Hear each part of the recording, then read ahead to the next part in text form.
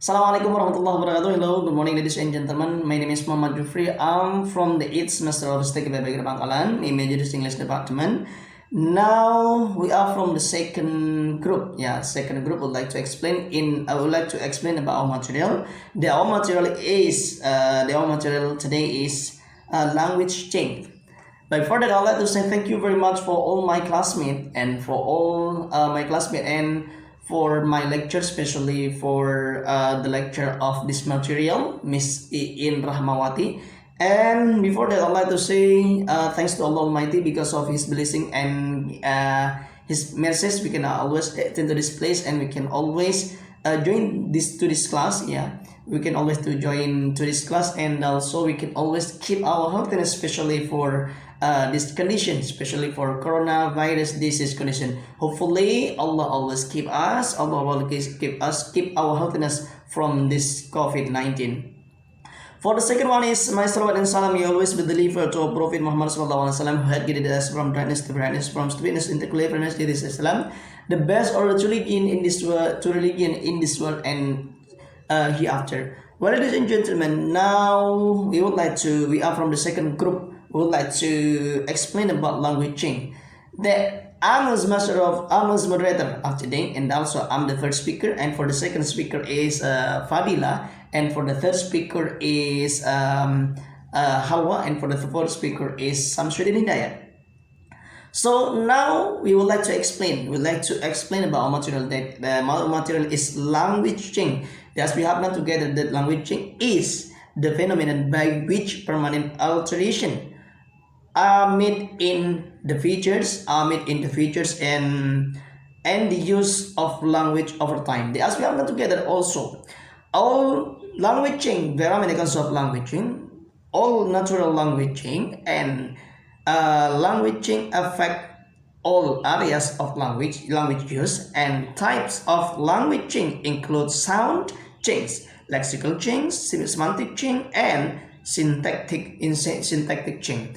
So now I'd like to explain about natural language change. So what is natural language change? As we have not together that natural language is. If you like to talk about natural language change, of course we would like to talk about natural language. Natural language is a language informal thing. Language that we use, that is used always in formal things, such as speech, and also as speech, and also poem, and letter, and signing in the letter, and the others example. So if you talk about languaging, of course we talk about natural language. We like to talk about natural languaging. As we have not together natural languaging, we our natural language in the Qing natural language example. We can take an example from Indonesia and America.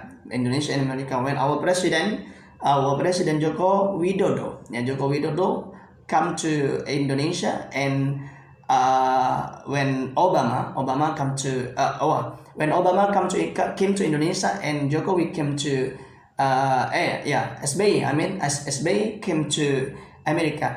Previous time, both of them change the language when Obama speech in Indonesia, and Jokowi speech in America, especially in America. So because of what? Because Obama, from the history, Obama previous time taken the school, took the school in Indonesia, and so of course little bit of understanding of Obama can little bit understand about Indonesian language. So this is my presentation from myself, and I'd like to give for the second speaker, Miss Fadila. To Miss Fadila, the time is yours. Assalamualaikum warahmatullahi wabarakatuh. Good morning everybody, I'm Fadila. I'm the second speaker of second group. Today I will presentation about my material. The material is about language change, effect, and all areas of language use. From the first is language change effects. This is there are four effects of language change.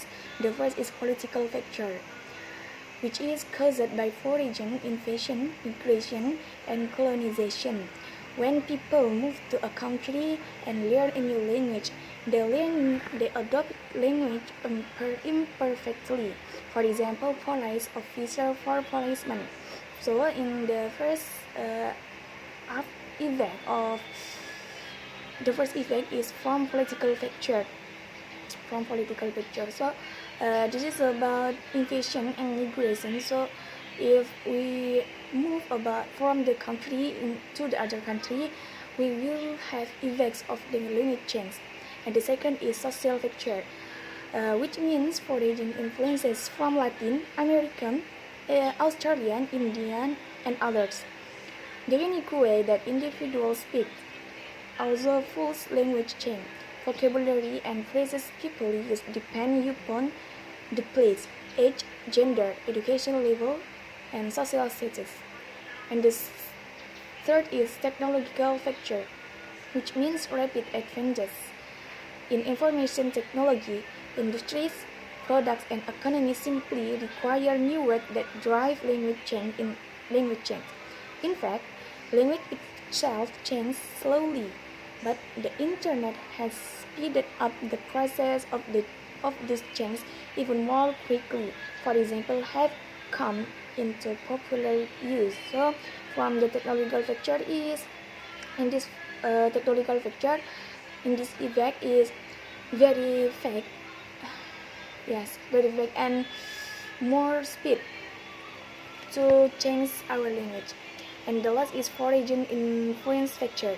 One of the most common reasons for one language to borrow from another is when it needs to revert to nations and things that have been newly introduced to its speaker. For example, the Italian word pizza only entered English when the food to which it refers was adopted by English-speaking communities. This is about effects, language change effects. And the next is all areas of language use. About all areas of language use, I feel we have learned in the 5th semester. There are 5 areas of language. The first is phonology. Phonology is the small units of sound that make up a language are called phonetics. For example, the word that. And the second is morphology. Morphemes include base words such as head, dog, or love. And the third is syntax. As words are grouped together when we communicate, we must follow the rules of grammar for our language. In other words, it is the knowledge of syntax that allows us to recognize that the following two sentences, while containing different words and levels of complexity, have the same meaning. For example, the boy hit the ball, and the ball was hit by the boy. There are two different words but have same meaning. And the fourth is semantics. What is semantics? Semantics, it is our understanding of semantics that allows us to recognize that someone who is, for example, green with and white has not changed who. So semantic is in semantic we will learn about the meaning of word. And the last is pragmatics. The ways the member of the speech community achieve their goals using language. The way we speak to our parents is not the same as the way we interact with a sibling. So pragmatic is when we speak to the other one and to someone and to the other one, it will different. So have the different words. Okay, this is my material today.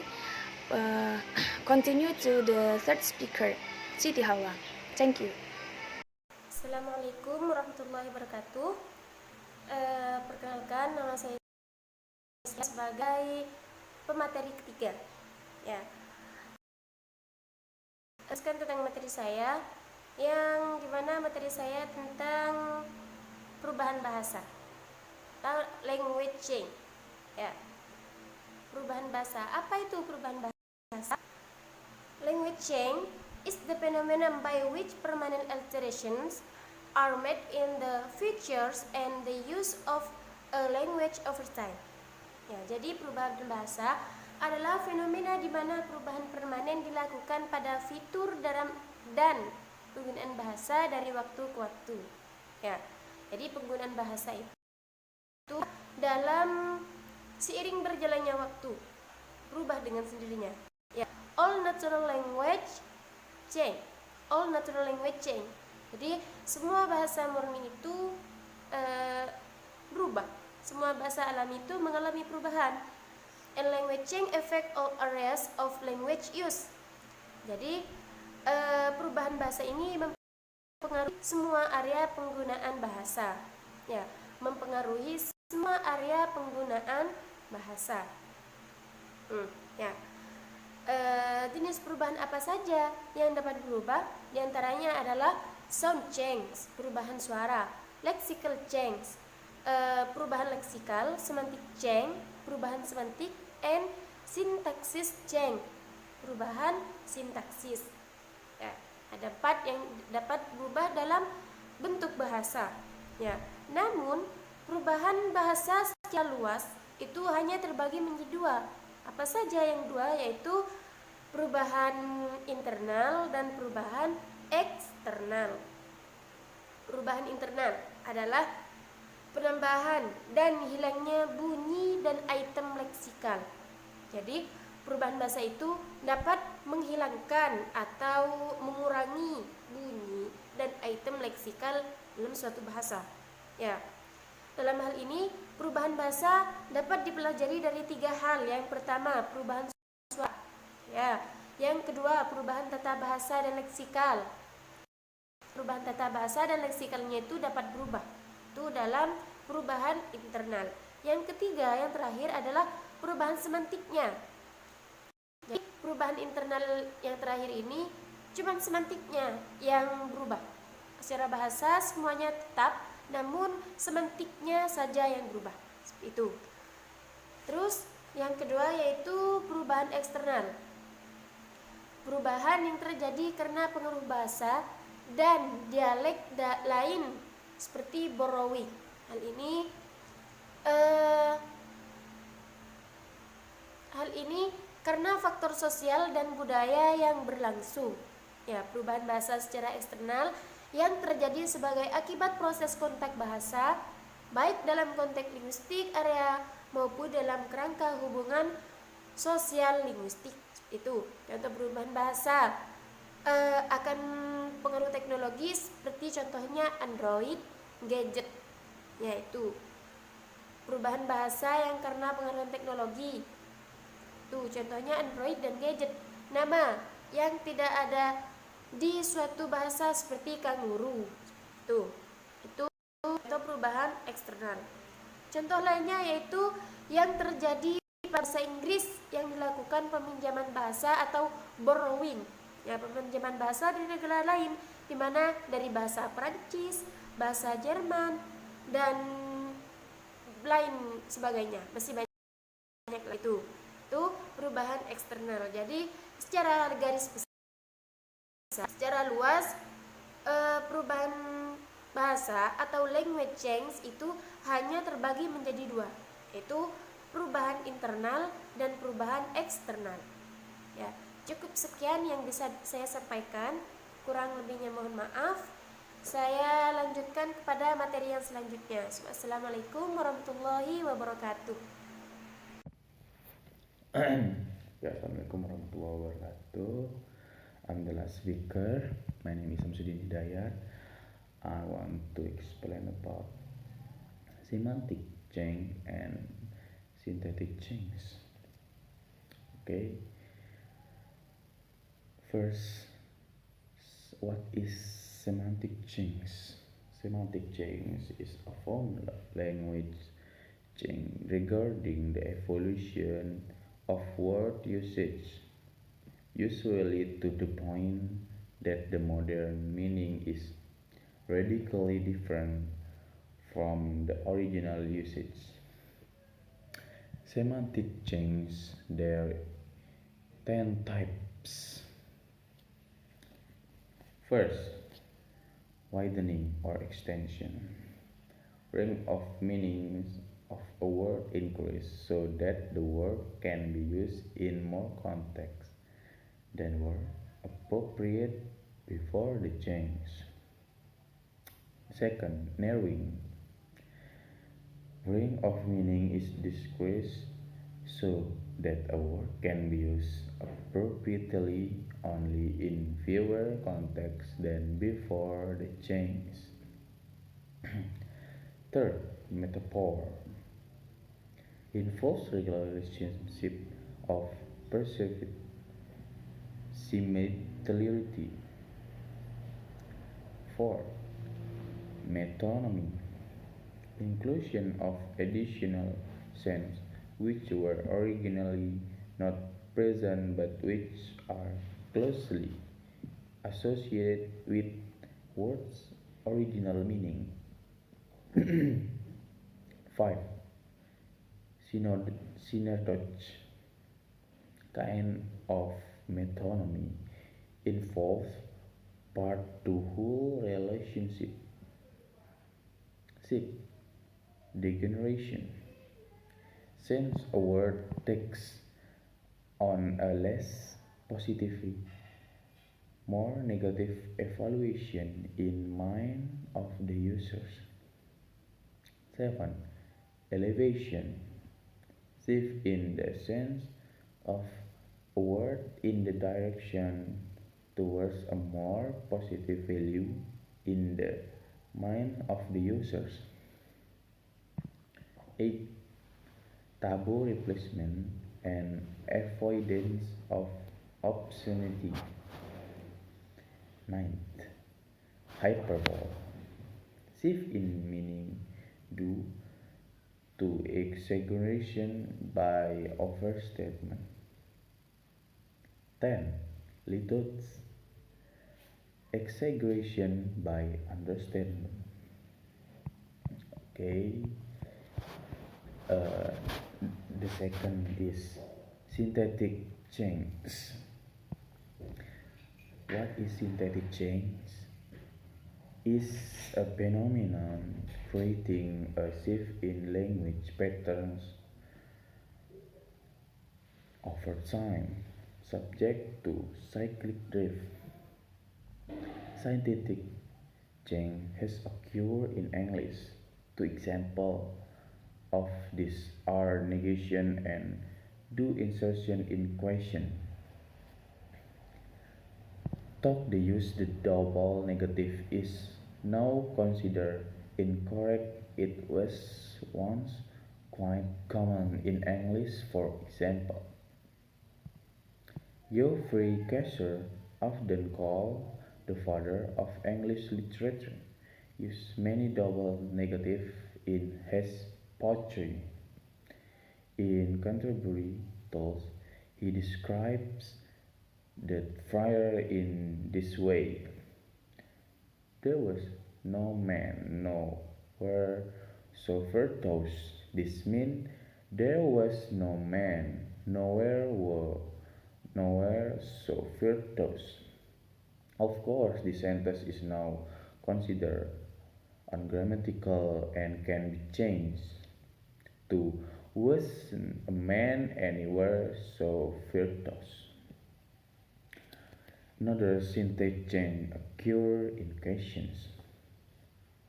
Today, invention occurs with modals and auxiliaries but not main verbs. Can you swim? And is he coming? Main verbs. Can you swim? And is he coming?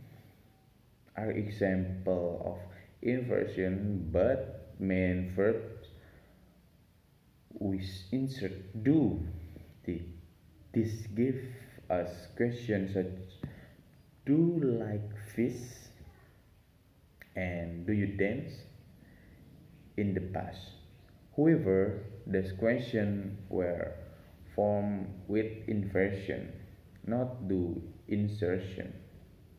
They used to be like you fish, and dance you. This is better in all Germanic language other than English. For example, Norwegian has liker do fish and dancer do. For the English question, German has Max do fish and Tanz do. It may be structured such as do you like fish, developed from the insertion of do in sentences as an emphatic verb. I do like fish is stronger than I like fish. If this was the case, it invert to form question as is the case with English auxiliaries and modals in any case. That the use of do in question with main verbs and the lack of double negation are synthetic change which occur in the English language. Okay, I think that's all. Thank you. Assalamualaikum warahmatullahi wabarakatuh.